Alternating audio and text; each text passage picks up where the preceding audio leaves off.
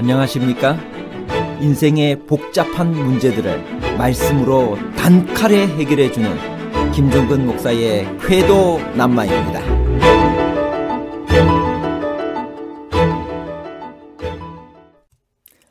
예물 교환을 해보셨나요? 언제 예물을 드리나요? 인사청탁을 위해 뇌물을 드려본 적이 있나요?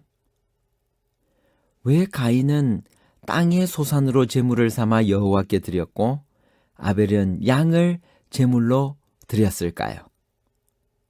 하나님께서 무엇으로 제물을 드리라고 지시를 하지 않았나요? 제물로 드려진 어린 양은 누구를 상징하나요? 가인이 땅의 소산으로 하나님께 드린 제물은 예물인가요? 아니면 뇌물인가요? 예물과 뇌물에 관한 복잡한 문제를 하나님 말씀의 가르침으로 명쾌하게 해결해 드리겠습니다. 예물이란 무엇일까요? 출애굽기 36장 3절. 그들이 이스라엘 자손의 성소의 모든 것을 만들기 위하여 가져온 예물을 모세에게서 받으니라. 그러나 백성이 아침마다 자원하는 예물을 연하여 가져왔으므로. 성경에서 예물이란 하나님과 관련해서는 감사와 속죄와 화목을 위해 사용된 희생 제물과 봉헌물을, 사람과 관련해서는 존귀한 자나 사랑하는 자에게 주는 선물과 상호간 약속의 증거물로 사용되는 각종 물건을 말합니다. 뇌물이란 무엇일까요? 출애굽기 23장 8절. 너는 뇌물을 받지 말라. 뇌물은 밝은 자의 눈을 어둡게 하고 의로운 자의 말을 굽게 하느니라. 뇌물이란 사사로운 이익을 얻기 위해 권력자에게 금품을 비밀리에 주는 일을 말합니다. 직권을 이용해 편의를 봐달라는 뜻으로 주는 부정한 금품을 말하기도 합니다. 희생제도의 원칙은 무엇일까요? 창세기 3장 21절.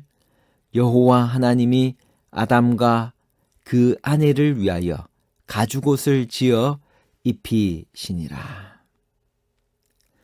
창세기 3장 21절에서 가죽옷은 인간의 죄를 가리어 주기 위한 하나님의 대책으로서 제물이 희생된 사실을 확인해 줍니다. 그 가죽옷이 암시하는 바 희생제도의 영원한 원칙들을 추출할 수 있으니 그것들을 간추리면 다음과 같습니다. 첫째, 제물은 모두 하나님께로부터 말미암습니다. 제사에 쓰인 짐승, 즉 하나님의 선물인 양은 인간의 작품이 아니었습니다. 그것은 하나님의 선물이었습니다. 이것은 우리의 위대하신 희생제물 그리스도를 가리키는 명백한 예표였습니다. 하나님께서 간합하실 제물은 오직 하나님의 것으로 된 희생뿐입니다. 둘째, 구속은 무죄한 대속물의 죽음을 통해서만이 가능합니다. 셋째, 구속은 반드시 피 흘림을 통하여 이루어져야 합니다. 그래서 바로 예수님께서 우리의 희생 양이 되셔서 우리를 대신하여 돌아가신 것입니다. 가인의 제사와 아벨의 제사는 어떤 차이가 있었나요? 창세기 4장 3절 4절. 세월이 지난 후에 가인은 땅의 소산으로 제물을 삼아 여호와께 드렸고 아벨은 자기도 양의 첫 새끼와 그 기쁨으로 드렸더니 여호와께서 아벨과 그의 제물은 받으셨으나 아담과 하와가 두 아들을 낳아 기르면서 분명히 그들에게 그 가죽옷을 보여주면서 그것의 의미와 하나님의 지시를 가르쳐 주었을 것입니다. 그리고 그들은 함께 자라면서 그것을 익혔고 마침내 각각 제사를 드릴 만큼 나이를 먹게 되었습니다. 두 아들은 다 종교적이었고 그리하여 각기 하나님께 제사를 드렸습니다. 어쩌면 가인이 더 신앙심이 깊었는지도 모릅니다. 왜냐하면 제사를 먼저 드린 것이 그였기 때문입니다. 그는 자기 나름대로 진지했고 신앙적이었으며 또 속죄를 위해서는 무엇인가를 드려야 한다는 것도 잘 알고 있었습니다. 그리고 그가 그의 제물을 여호와께 드린 것도 사실이었습니다. 그러나 하나님께서는 그것을 연락하지 않으셨습니다. 왜 그랬을까요? 그 이유는 매우 간단합니다. 가인의 제물은 하나님께서 가르쳐 주신 제사의 원칙들을 지키지 않은 것이었기 때문입니다. 가인이 드린 땅의 소산은 첫째, 하나님의 선물이요, 하나님께서 지정하신 제물인 어린 양이 아니라 자신의 노력의 소산이요, 자기의 뜻으로 드린 것이었으며, 둘째, 대속적인 희생의 무죄한 죽음이 내포되지 않았으며, 셋째, 사죄함에 있어서 필수적인 요소인 피 흘림이 없는 제물이었습니다. 그러므로 하나님께서는 가인의 진지하고도 열성적인 종교, 그러나 자신의 행위에 의존하는 신앙을 거절하실 수밖에 없었습니다. 그의 직업이 그를 합리화하지 못했던 것입니다. 그렇지만 그 다음에 드려진 아벨의 제사를 봅시다. 아벨은 자기도 양의 첫 새끼와 그 기름으로 드렸더니 여호와께서 아벨과 그 제물은 연락하셨습니다. 아벨의 제물이 하나님께 연락된 것은 위에서 열거한 희생제도의 원칙에 맞는 것이었기 때문입니다. 히브리서 11장 4절, 믿음으로 아벨은 가인보다 더 나은 제사를 하나님께 드림으로 의로운 자라 하시는 증거를 얻었나니 하나님이 그 예물에 대하여 증거하심이라.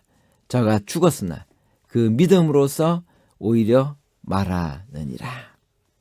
하나님께서 아벨의 제사를 연락하시고 가인의 제사를 거절하신 표시를 어떻게 하셨는지 성경에 기록되지 않았으나 필경 하늘에서 불이 내려와 아벨의 제사를 불살라 갔을 것입니다.